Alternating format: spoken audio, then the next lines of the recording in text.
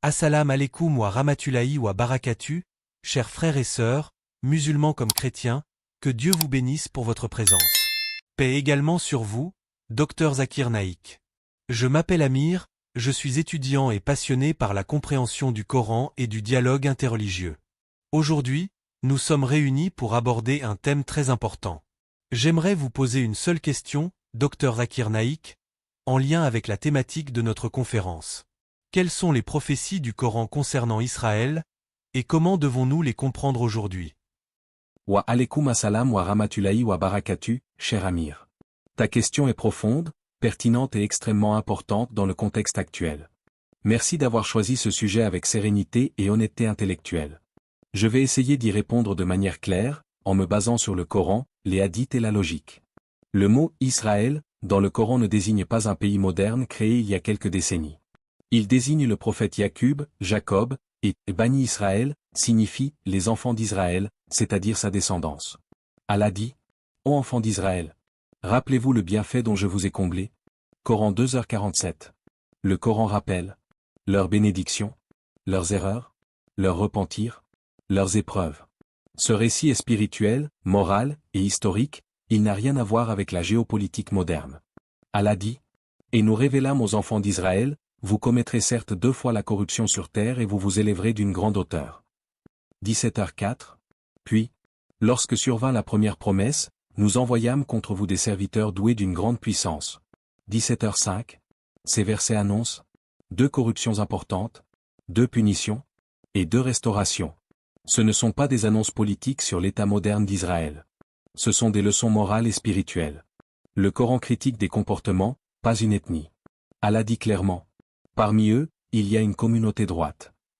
3, 113. Et à propos des chrétiens. Tu trouveras les plus proches des croyants ceux qui disent « Nous sommes chrétiens ». 5, 82. Le Coran rapproche et il ne divise pas. Le prophète a dit « Craignez l'invocation de l'opprimé, même s'il est non musulman. » Et aussi « Aidez votre frère, qu'il soit oppresseur ou opprimé. » On demanda « Comment aider un oppresseur ?» Il répondit « En l'empêchant d'opprimer. » Cela signifie que l'islam ne soutient pas une communauté par origine, mais par justice. Les injustices qui touchent les Palestiniens ne sont pas soutenues par une prophétie. Le Coran ne donne aucun droit à un peuple de coloniser, expulser, oppresser. Il dit simplement qu'un peuple qui suit la justice est élevé, et qu'un peuple qui commet l'injustice est abaissé. Ce principe est universel, applicable aux juifs, aux chrétiens, aux musulmans, à tous. L'islam n'appelle pas à la haine. L'islam n'appelle pas au conflit. L'islam appelle à la justice, la paix et le dialogue. Allah dit « La vérité vient de ton Seigneur. » Et avec la vérité vient la responsabilité morale. Le Coran nous demande de condamner l'injustice où qu'elle soit, de défendre l'innocent, et de vivre en bonne entente avec les croyants sincères de toute religion. Pour poursuivre ce que nous avons commencé, j'aimerais maintenant approfondir un aspect fondamental. Lorsque le Coran parle des enfants d'Israël, il ne s'adresse pas seulement à eux, il s'adresse à toute l'humanité. Les récits concernant Bani Israël sont des miroirs. Allah nous les présente comme un exemple, parfois positif, parfois négatif, pour que nous puisions des leçons applicables aujourd'hui. Lorsqu'Allah décrit leur bénédiction, il nous rappelle que toute communauté peut être honorée si elle suit la justice. Lorsqu'il rappelle leurs erreurs, il nous montre que la chute d'une nation n'est pas liée à son identité, mais à ses actes. Cela vaut pour les juifs, pour les chrétiens, pour les musulmans, pour n'importe quel peuple sous le soleil. Le Coran est un livre universel. Une partie essentielle que beaucoup ne remarquent pas dans la sourate Al-Isra, c'est que les 2 corruptions mentionnées ne sont pas décrites avec des détails politiques. Allah ne donne ni dates exactes, ni lieux précis, ni nom d'empire contemporain. Il parle plutôt d'un cycle spirituel, la montée vers la justice, puis la descente vers l'arrogance et l'injustice, puis la chute. Et ce cycle n'est pas propre à un seul peuple. Il peut concerner les musulmans si nous nous éloignons des valeurs qu'Allah nous a prescrites. Regardez l'expression qu'Allah utilise, corruption sur terre. Ce terme revient plusieurs fois dans le Coran. Il signifie l'injustice, l'oppression, l'orgueil, l'abandon des valeurs morales.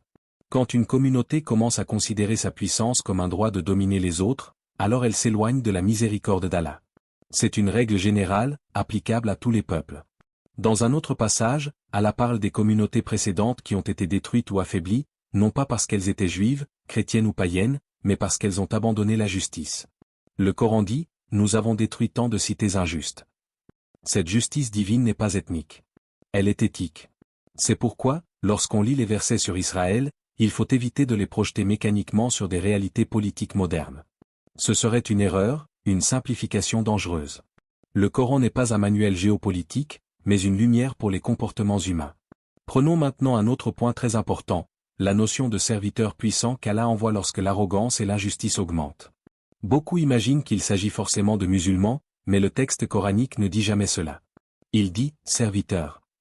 Cela signifie que ce sont des instruments de la justice divine, quelle que soit leur identité. L'islam nous enseigne que Dieu peut donner la victoire à qui il veut, même à des non-musulmans, si cela sert la justice. Et il peut humilier les musulmans eux-mêmes s'ils s'éloignent de ses commandements. C'est un principe établi dans l'histoire islamique. Omar ibn al-Khattab disait, « Nous sommes un peuple qu'Allah a honoré par l'islam. Si nous cherchons l'honneur ailleurs, Allah nous abaissera. » C'est exactement le même principe que celui appliqué aux enfants d'Israël dans la sourate Al-Isra.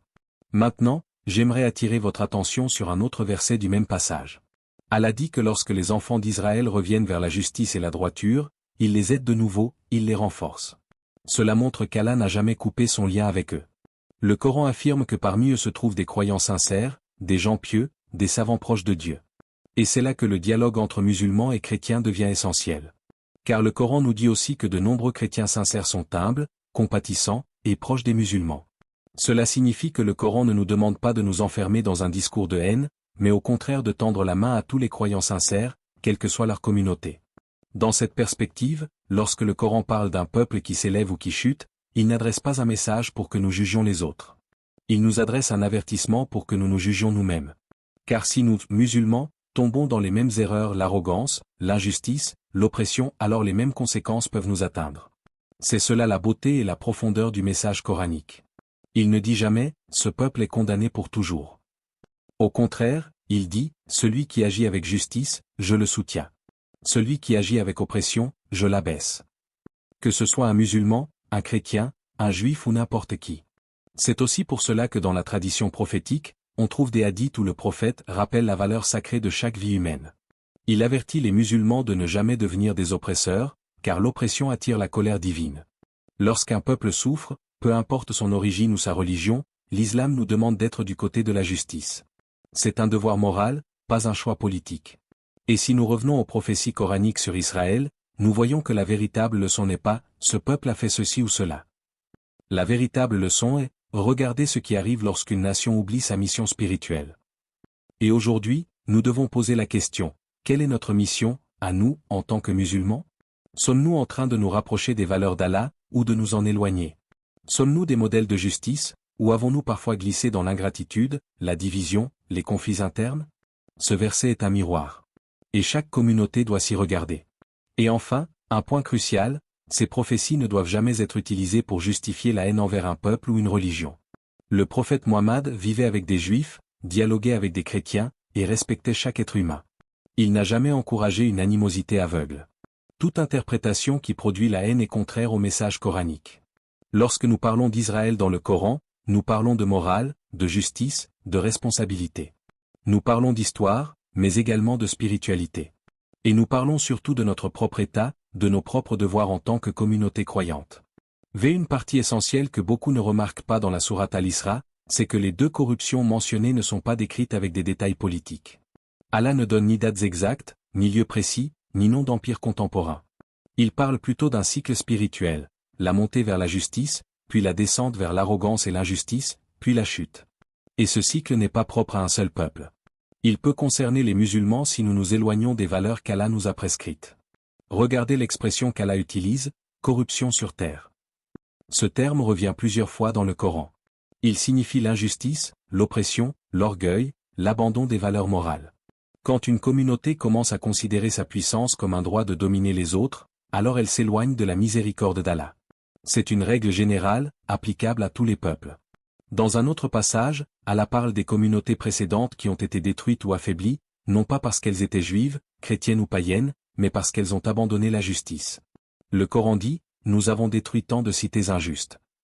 Cette justice divine n'est pas ethnique. Elle est éthique. C'est pourquoi, lorsqu'on lit les versets sur Israël, il faut éviter de les projeter mécaniquement sur des réalités politiques modernes. Ce serait une erreur, une simplification dangereuse. Le Coran n'est pas un manuel géopolitique, mais une lumière pour les comportements humains. Prenons maintenant un autre point très important, la notion de serviteur puissant qu'Allah envoie lorsque l'arrogance et l'injustice augmentent. Beaucoup imaginent qu'il s'agit forcément de musulmans, mais le texte coranique ne dit jamais cela. Il dit « serviteur ». Cela signifie que ce sont des instruments de la justice divine, quelle que soit leur identité. L'islam nous enseigne que Dieu peut donner la victoire à qui il veut, même à des non-musulmans, si cela sert la justice. Et il peut humilier les musulmans eux-mêmes s'ils s'éloignent de ses commandements. C'est un principe établi dans l'histoire islamique. Omar ibn al-Khattab disait, « Nous sommes un peuple qu'Allah a honoré par l'islam. Si nous cherchons l'honneur ailleurs, Allah nous abaissera. » C'est exactement le même principe que celui appliqué aux enfants d'Israël dans la sourate Al-Isra. Maintenant, j'aimerais attirer votre attention sur un autre verset du même passage. Allah dit que lorsque les enfants d'Israël reviennent vers la justice et la droiture, il les aide de nouveau, il les renforce. Cela montre qu'Allah n'a jamais coupé son lien avec eux.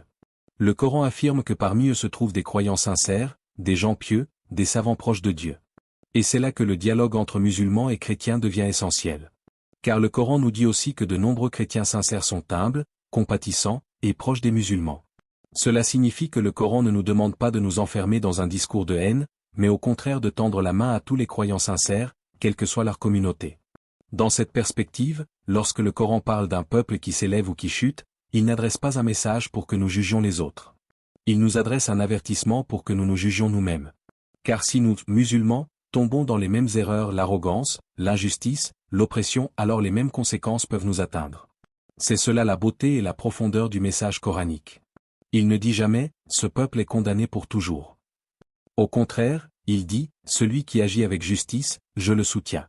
Celui qui agit avec oppression, je l'abaisse.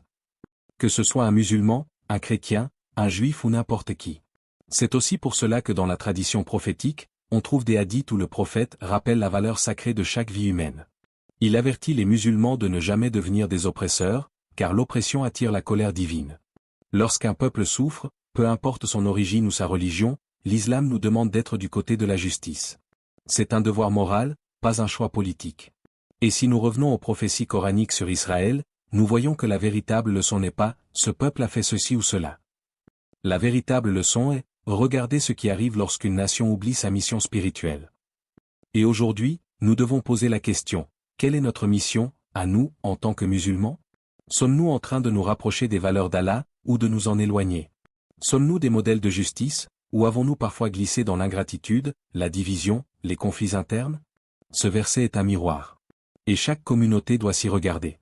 Et enfin, un point crucial, ces prophéties ne doivent jamais être utilisées pour justifier la haine envers un peuple ou une religion. Le prophète Mohammed vivait avec des juifs, dialoguait avec des chrétiens, et respectait chaque être humain. Il n'a jamais encouragé une animosité aveugle. Toute interprétation qui produit la haine est contraire au message coranique. Lorsque nous parlons d'Israël dans le Coran, nous parlons de morale, de justice, de responsabilité. Nous parlons d'histoire, mais également de spiritualité. Et nous parlons surtout de notre propre état, de nos propres devoirs en tant que communauté croyante. Si la communauté musulmane veut être élevée, elle doit revenir à la justice, à la compassion, à la solidarité, à la droiture. Si elle s'en éloigne, elle subira les mêmes cycles que ceux décrits pour les enfants d'Israël. Voilà le sens profond, et voilà ce que le Coran veut nous enseigner en racontant ces événements. J'aimerais prendre un dernier moment pour exprimer ma gratitude. Cher professeur, Dr Zakir Naik, merci de m'avoir écouté avec autant de patience, de respect et d'attention. Merci d'avoir pris le temps de répondre à mes interrogations, et à travers moi, aux interrogations de beaucoup de jeunes musulmans qui souhaitent comprendre le Coran avec profondeur et sincérité. Que Allah te bénisse, cher professeur Dr Zakir Naik. Merci à toi, mon frère, pour ta question sincère et pour ton attitude exemplaire.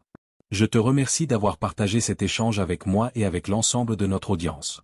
C'est toujours un honneur d'entendre un jeune musulman motivé par la connaissance et la vérité, et c'est un honneur encore plus grand de voir des musulmans et des chrétiens réunis dans un dialogue pacifique et respectueux.